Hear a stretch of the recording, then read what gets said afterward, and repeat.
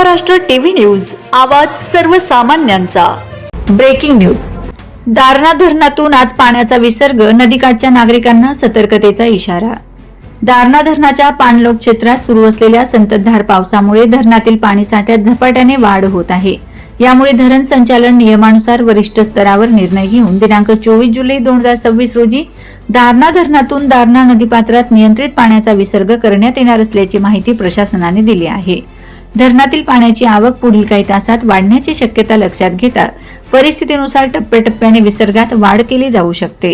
त्यामुळे दारणा नदीकाठावरील गावातील नागरिकांनी विशेष दक्षता घेण्याचे आवाहन करण्यात आले आहे। प्रशासनाने नागरिकांना नदीपात्रात किंवा नदीकाठावर जाणे टाळण्याचे आवाहन केले असून नदीलगत असलेले पशुधन, शेतीमाल, मोटारपंप तसेच इतर मौल्यवान वस्तू सुरक्षित ठिकाणी हलविण्याचे निर्देश दिले आहेत।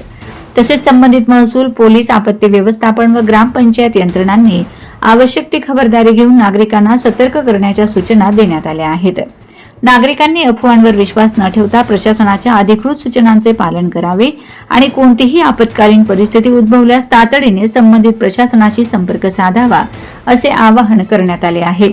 वंदे महाराष्ट्र टीव्ही मीडिया प्रतिनिधी भाऊराव आरोटे, इगतपुरी। वंदे महाराष्ट्र टीव्ही न्यूज, आवाज सर्वसामान्यांचा। अशाच नवनवीन बातम्या पाहण्यासाठी आमच्या चॅनलला सबस्क्राइब करा, बेल आयकॉनला क्लिक करा।